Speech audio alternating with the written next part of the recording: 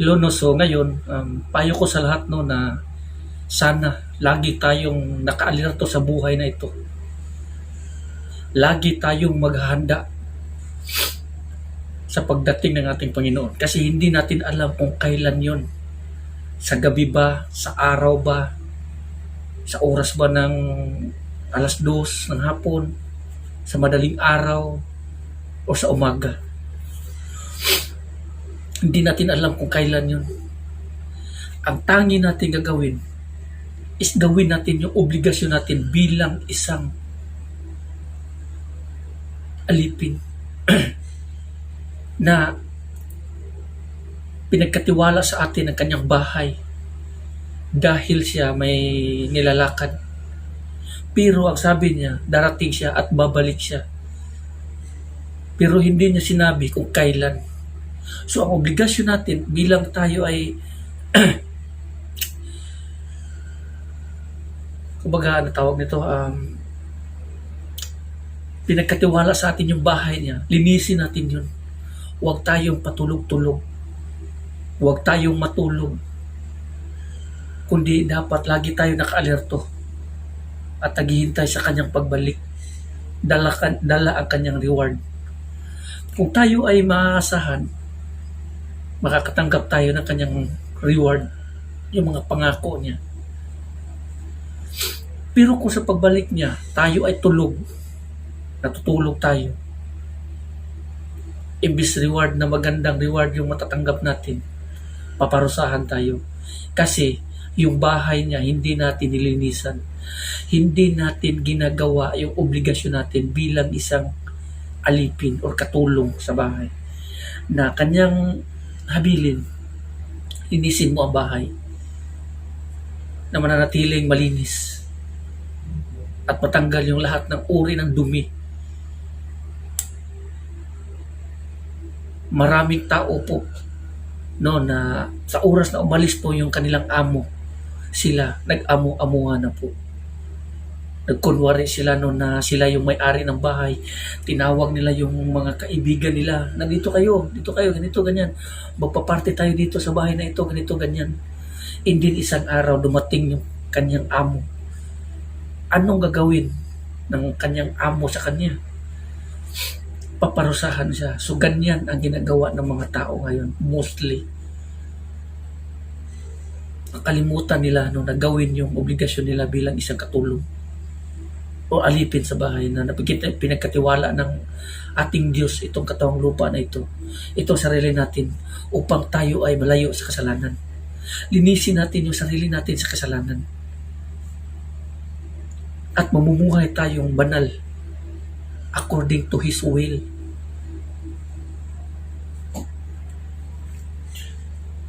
So huwag tayong masyadong masilaw or maalipin sa mga bagay sa mundong ito kasi hindi talaga ito ang tunay na buhay.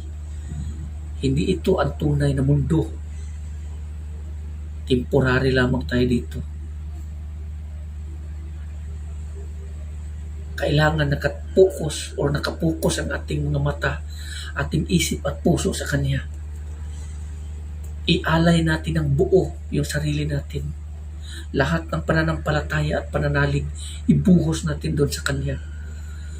Dahil pagdating ng araw, kung ito ay ating magagawa, papalitan niya ito ng buhay na walang hanggan o bibigyan tayo ng buhay na walang hanggan kasama niya doon sa Kanyang kaharian. At tayo ay hindi na matatawag na mga alipin, kundi mga anak ng Diyos.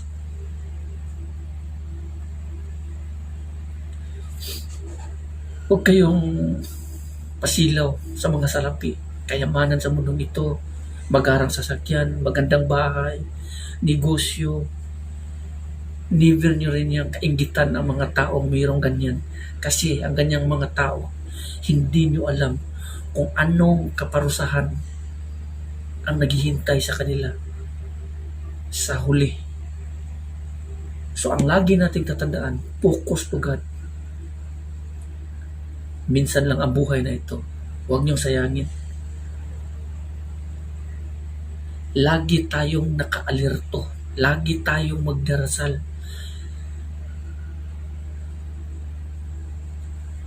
Ang Espiritu nandito sa atin ay full of love. Gustong-gusto na laging magdasal tayo, magpuri sa Diyos, sumasamba sa Diyos. Pero ang katawang lupa na ito ay mahina. At isa ito sa hihila sa kagustuhan ng Espiritu na nasa atin na magpuri sa Panginoon, at ang katawang ito ay siyang hihila pababa dahil nga sa laman or sa utos ng laman or sa tawag ng laman or sa kagustuhan ng laman. Kaya marami sa atin ang namumuhay sa makamundo. E paano na yung pagsunod sa kautosan ng Panginoon? Ang kagustuhan ng Espiritu na nasa atin, to worship God, to please God. Hindi na. Kasi nilalamon na siya. Nilalamon siya ng lupang, ng katawang lupang ito, sa nais ng lupang ito, sa makamundong bagay, sa makamundong nais, sa makamundong pagnanasa. Kaya itong dalawang ito ay hindi talaga magkakasundo. Kasi ang katawang lupang ito, minsan, hindi talaga minsan, kundi matindi yung nag-aalab na pagnanasa nito sa mundo o sa laman. Minsan makakakita lang tayo ng mga bagay na nakakaiba, na humaling na tayo, nakalimutan na natin yung tunay na gusto talaga or desire talaga natin. Yun yung mga bagay na unti-unti tayong napapalayo sa ating Panginoon. Lagi niyong tatandaan, sa oras na tayo ay mapapalayo sa ating Panginoon, delikado na po tayo.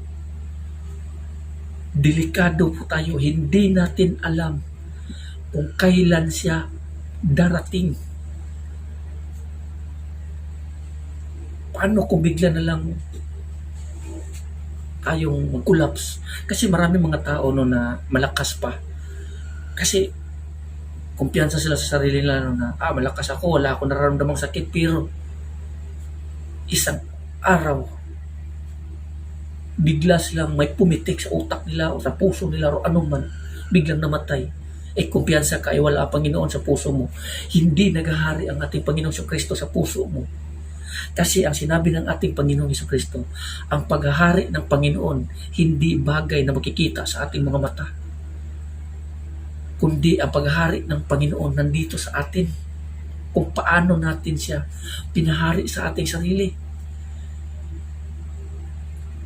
Maraming mga bagay no na bigo talaga na maghari ang Diyos sa sarili nila, kasi hindi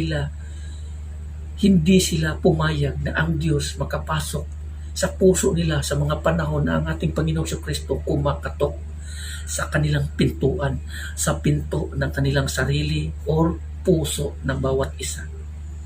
Hindi nila pinagbuksan, hindi nila pinagbigyan na makapasok at makisalo sa kanila sa pagkain. Kaya, nung dumating yung araw ng kamatayan, ng sorpresa, hindi sila kinikilala ng ating Panginoon. Lagi niyong tatandaan, napakaikli ng buhay. Tapos ini-enjoy mo sa mga bagay sa mundong ito. Paano kung sorpresa kang mamatay na hindi mo alam? Kaya ang tangi nating gagawin, lagi tayong naka-alerto. Mulat natin ang ating mga mata. Hindi dapat tayo matutulog sa gabi, gaya ng iba na natutulog sa gabi. Ang ibig kong sabihin na matutulog sa gabi, hindi yung literal na natutulog talaga tayo sa gabi.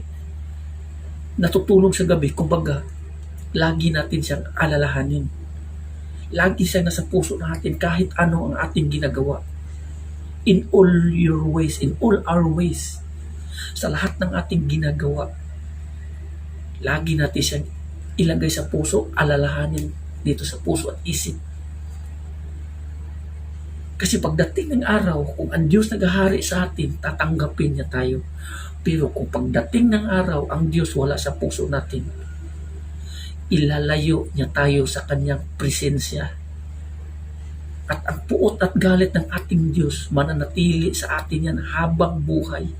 walang katapusan dahil tayo ay bigo sa paggawa ng ating obligasyon na paglingkuran ng ating Panginoon at kilalanin at paghariin ng Diyos sa ating sarili. Huwag nating sayangin ang pagkakataong ito na minsan lamang natin natatamo.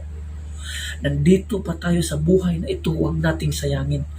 Maraming mga tao na nasa libingan na ngayon na nabubulok na.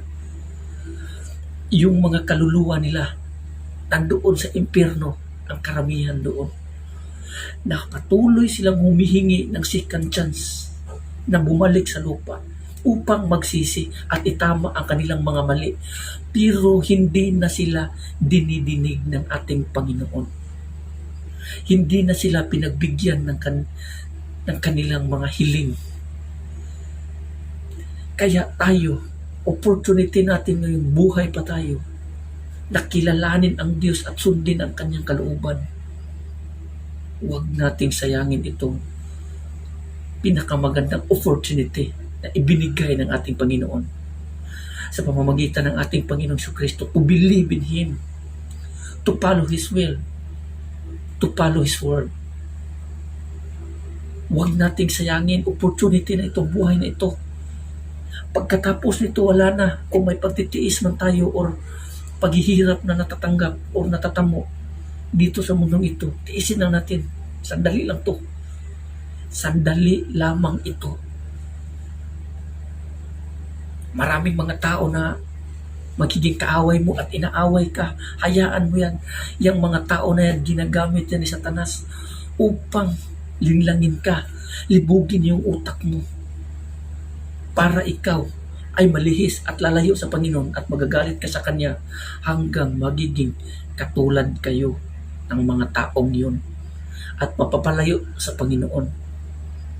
Lagi niyong tatandaan, umiiyak ang ating Panginoon every time we commit sin. Napapalayo tayo sa Kanya kasi hindi gusto ng ating Diyos na tayo ay mamamatay. Na kahit isang tao lamang na malaglag, hindi niya ikinakatuwa yun. Kasi alam niya na sa oras ng isang tao bumabagsak sa impyerno, wala na talagang chance. Alam niya kung paano o anong sakit at pait ang tao na magtitiis doon sa apoy at asupre na inihanda ng Diyos, hindi para sa tao, kundi para sa kay Satanas at sa kanyang mga demonyo. Pero doon bumabagsak ang mga tao dahil nga sa kakulangan ng pagsisisi. Huwag nating sayangin itong pagkakataon na ito na ibinigay sa atin ng ating Panginoon. This is a chance to repent. This is a chance na bumalik tayo sa Panginoon. Huwag tayong magiging alipin sa salaping ito. Maraming mga tao na panay kayon, nag-abroad, nagiging taas ang lumaki yung ulo, nagiging mayabang dahil nalamat na sa pera, kayamanan. Yun yung magpapaligaw sa kanya pagdating ng araw, pagkamatay ng isang tao, yung kayamanan mo hindi mo madadala, pinaparusahan ka pa.